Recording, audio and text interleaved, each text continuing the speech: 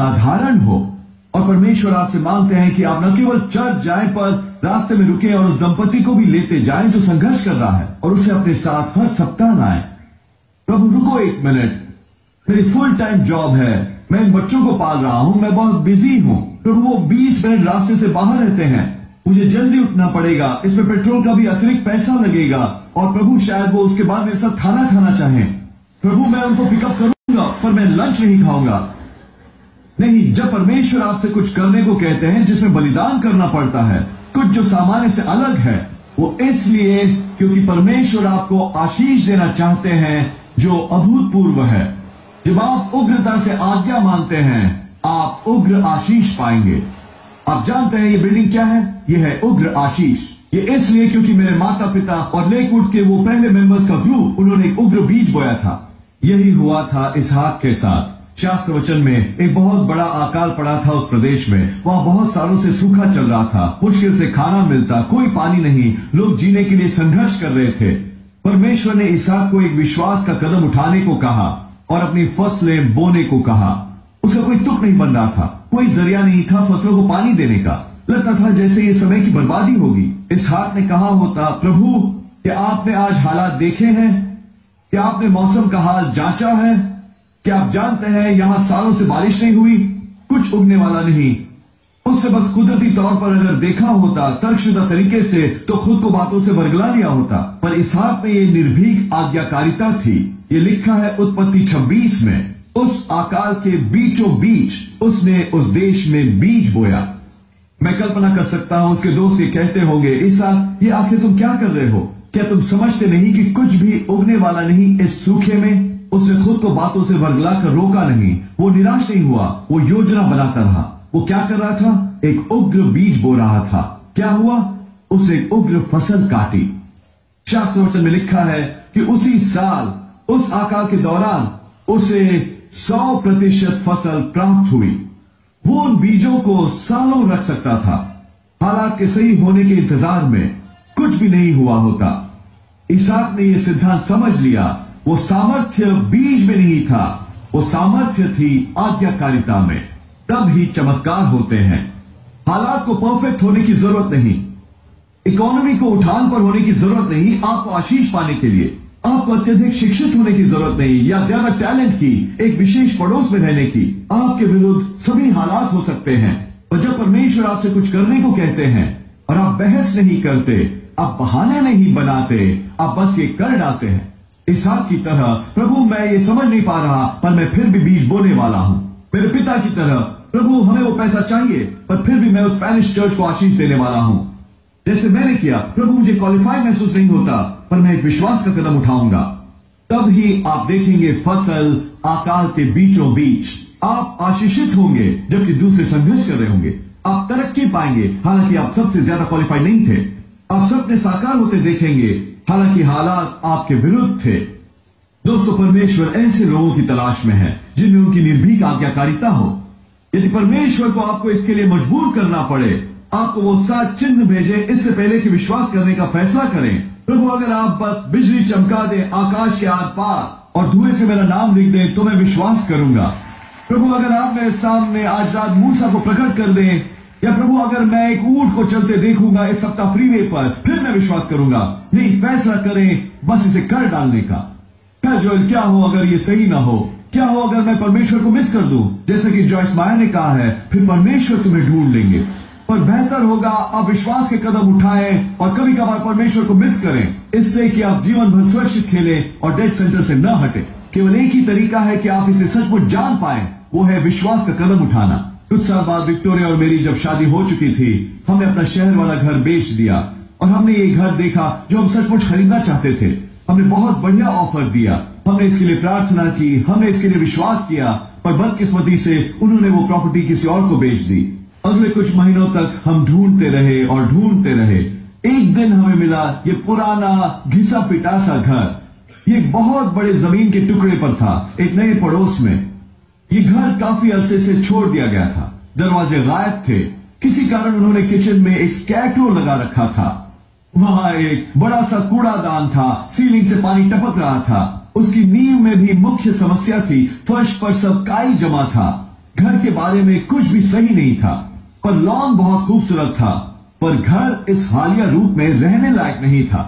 मैं वहां 10 मिनट नहीं रहा होऊंगा जब मैंने यहां अंदर एक आवाज सुनी, ये कहती हुई, जोएल यही है। मैंने खुद से सोचा, मुझे पता नहीं तुम कौन हो, पर ये नहीं है, ये कबाड़ खाना है। मैं इस एहसास से छूट नहीं पा रहा था। ये भावना जा ही नहीं रही थी कि यहां हमारे पास था एक खूबसूरत शहर का घर। मैंने कहा, प्रभु हम ऊपर जाना चाहते हैं, नीचे नहीं, ये गलत दिशा है। उस आवाज ने कहना जारी रखा, जोएल मुझ पर भरोसा रखो, मैं जानता हूं मैं क्या कर रहा हूं। उस समय तक विक्टोरिया आ गई, बहुत बड़ी मुस्कान लिए। उसे कहा, जोएल यही जगह है हमारे लिए। मैंने सोचा, प्रभु हम दोनों पागल हो गए हैं। बात का सार ये कि हमने वो प्रॉपर्टी खरीद ली, घर की मरम्मत की। 1 साल बाद एक बिल्डर ने दरवाजा खटखटाया, अचानक ही, बिना बताए। मैंने दरवाजा खोला, उसे कहा, मैं ये प्रॉपर्टी खरीदना चाहूंगा और यहाँ 2 नए घर बनाना चाहूंगा। मैंने कहा, धन्यवाद, पर ये प्रॉपर्टी बिकाऊ नहीं है। उसे कहा, कैसा रहेगा अगर मैं तुम्हें इतना दूं? मैंने कहा, हमें बहुत खुशी होगी इसे बेचकर। परमेश्वर ने किया अत्यधिक बहुतायत में, हमारी बुद्धि और विवेक से परे। हमें इसहाक जैसा महसूस हुआ, वो 100 गुना फायदा। मैं क्या कह रहा हूं? परमेश्वर जानते हैं कि वो क्या कर रहे हैं। परमेश्वर के पास वो ज्ञान है जो आपके पास नहीं है। वो देख सकते हैं जो आप नहीं देख सकते। वो जानते हैं अंत को आदि से। परमेश्वर के साथ बहस मत करो, आप कभी नहीं जीतेंगे। वो आपको मनवाएंगे, उन पर भरोसा करो। तब भी जब ये दूर की कौड़ी लगे तो उग्र आज्ञाकारिता की जुर्रत करें, बजाय इस पर तर्क करने के, बहाने बनाने के, खुद को रोकने के। नहीं, बस फैसला करें, इसे बस कर डालने का। जितना जल्दी आप आज्ञा मानेंगे, उतनी ही जल्दी परमेश्वर वो देंगे जो उन्होंने रखा है। प्रेरितों के काम अध्याय 9 में वहां शाऊल की एक कहानी है। शाऊल कलीसियों का सबसे बड़ा दुश्मन था। वो विश्वासियों से नफरत करता था और उसे इसका जुनून था। वो घूमता फिरता उन्हें कैद करते हुए और जेल में डालते हुए वो बहुत ही मशहूर था सजा देने में। शास्त्र वचन में लिखा है, शाऊल शिष्यों के विरुद्ध धमकी और हत्या की आग उगलता था। एक दिन शाऊल दमिश्क जा रहा था, वहां रास्ते में कुछ विश्वासियों को गिरफ्तार करने, जब एक तेज रोशनी आकाश से धमकी और उसने उसे गिरा दिया अपने घोड़े से। शाऊल पूरी तरह अंधा हो गया, कुछ नहीं देख सकता था। जो आदमी शाऊल के साथ थे वो अवाक रह गए। उन्होंने शाऊल को उठाया, उसे दमिश्क तक ले गए। वो पूरी तरह अंधा हो चुका था। वहां एक मनुष्य था जो वहां रहता था, उसका नाम था हनन्याह। वो विश्वासी था। परमेश्वर ने उससे एक सपने में बात की और उससे कहा कि उस घर में जाए जहां शाऊल रह रहा था और उसके लिए प्रार्थना करे ताकि उसकी दृष्टि बहाल हो सके। क्या आप कल्पना कर सकते हैं कि हनन्याह ने क्या सोचा होगा? मैं उसे कहते सुन सकता हूं, माफ कीजिए प्रभु, आप चाहते हैं कि मैं जाकर उस आदमी के लिए प्रार्थना करूं जो हमारी हत्या करने में लगा है, वो जो हमें घात लगाकर ढूंढ रहा है, वो जो धमकियां दिए जा रहा है? मेरे ख्याल से नहीं। क्यों ना मैं किसी और को भेज दूं इस प्रिजन मिनिस्ट्री से, या क्यों ना इसके बजाय मैं उसे एक फोन कर दूं, पर प्रभु ये बहुत खतरनाक है, मैं नहीं जाऊंगा। परमेश्वर ने कहा, नहीं धन्यवाद, वो करो जो मैं कहता हूं। वो मेरा चुना हुआ व्यक्ति है कि वो मेरा नाम प्रकट करने के लिए। वचन 17 में लिखा है, तब हनन्याह उठकर उस घर में गया, उस पर अपना हाथ रखा और कहा, हे भाई शाऊल। उसे न केवल उसे ढूंढा और उसे भाई भी कहा। वो उसे बहुत सी दूसरी बातें भी कह सकता था। तुम नकारे कहीं के हमें मारने की कोशिश में लगे हो, उम्मीद है तुम अंधे ही रहो। नहीं, हनन्याह ने शाऊल के लिए प्रार्थना की, उसकी दृष्टि बहाल हो गई। फिर वो बन गए प्रेरित पौलुस, जिसने बाद में आधे से ज्यादा नया नियम लिखा। ये कुछ भी ना हुआ होता यदि हनन्याह ने ये निर्भीक आज्ञाकारिता न दिखाई होती। कई बार परमेश्वर हमें ऐसी बातें करने को कहते हैं जिनका कोई मतलब नहीं बनता। प्रभु आप चाहते हैं कि मैं उन पर एहसान करूं जबकि वो जानबूझकर मुझे छोड़ गए। प्रभु आप चाहते हैं कि मैं उनकी मदद करूं जबकि वो मेरी मदद नहीं करते। हनन्याह की तरह आपका पहला विचार शायद हो, बिल्कुल नहीं, मैं वो नहीं करने वाला। पर यदि आप सुनेंगे तो आप परमेश्वर को कहते सुनेंगे, बस इसे कर डालो, एक उग्र बीज बो दो, विश्वास का कदम उठाओ। जब आप ऐसा करेंगे तो परमेश्वर आपके जीवन में कुछ उग्र करेंगे। अब हम सब बहाने बना सकते हैं, जो ये बहुत मुश्किल है, ये बहुत बड़ी कुर्बानी है, ये बहुत असुविधाजनक है, पर यदि आप इसे टालते रहे, वो परमेश्वर को बाध्य करेगा टालने में जो उन्होंने आपके लिए संजो रखा है। जब आप आज्ञा मानते हैं, एक आशीष जुड़ जाती है। आप शायद इसे समझ ना पाए, इसका मतलब ना निकलता हो, ये ठीक है, हनन्याह की तरह बने और बस इसे कर डालें। मेरा भाई पॉल एक सर्जन था लिटिल रॉक में 17 साल तक। उसकी बहुत ही सफल प्रैक्टिस थी। वो सर्जरी का चीफ था। वो और उसके पार्टनर एक नए अस्पताल के मालिक थे। जिंदगी अच्छी थी। वो बहुत से लोगों की मदद कर रहा था। और जब मेरे पिता प्रभु के पास चले गए, पॉल घर जा रहा था मेमोरियल सर्विस से वापस जा रहा था लिटिल रॉक आर्कनसा में, जब उसने सुनी ये छोटी सी ठहरी हुई आवाज उससे ये कहती हुई, वापस ह्यूस्टन जा और उनकी मदद कर चर्च की पासबानी करने में। कुदरती तौर पर इसका कोई तुक नहीं बनता था। वो 12 साल तक मेडिकल स्कूल गया था एक सर्जन बनने के लिए। उसने ये सब ट्रेनिंग ली थी, ये सब एक्सपर्टीज हासिल की। उसके सहकर्मियों ने सोचा कि वो गलती कर रहा है। उन्होंने उससे कहा कि वो मिड लाइफ क्राइसिस से गुजर रहा है। उन्होंने उसे रोकने की कोशिश की, पर अंदर ही अंदर पॉल जानता था कि उसे अपनी प्रैक्टिस छोड़नी ही पड़ेगी। उसे अपने दिमाग को नजरअंदाज करना पड़ा और अपने दिल की सुननी पड़ी। हालांकि वो इसे समझ नहीं पाया था। वो अपने जीवन के लिए ये नहीं चाहता था। उसने फैसला किया बस इसे कर डालने का। ये 14 साल पहले था। लेकवुड वहां ना होता जहां आज हम हैं, बिना पॉल के। अब पॉल अफ्रीका के दूर दराज गांवों में जाता है और हर साल महीनों लगाता है वहां लोगों का ऑपरेशन करते हुए, वो जिन्हें सामान्य अस्पताल और स्वास्थ्य सुविधाएं न मिलती। वो अभी भी अपना वरदान इस्तेमाल कर रहा है। उसने सोचा था कि वो मेडिसिन से दूर जा रहा है, पर परमेश्वर जानते थे वो क्या कर रहे हैं। परमेश्वर की योजना आपकी योजना से बेहतर है।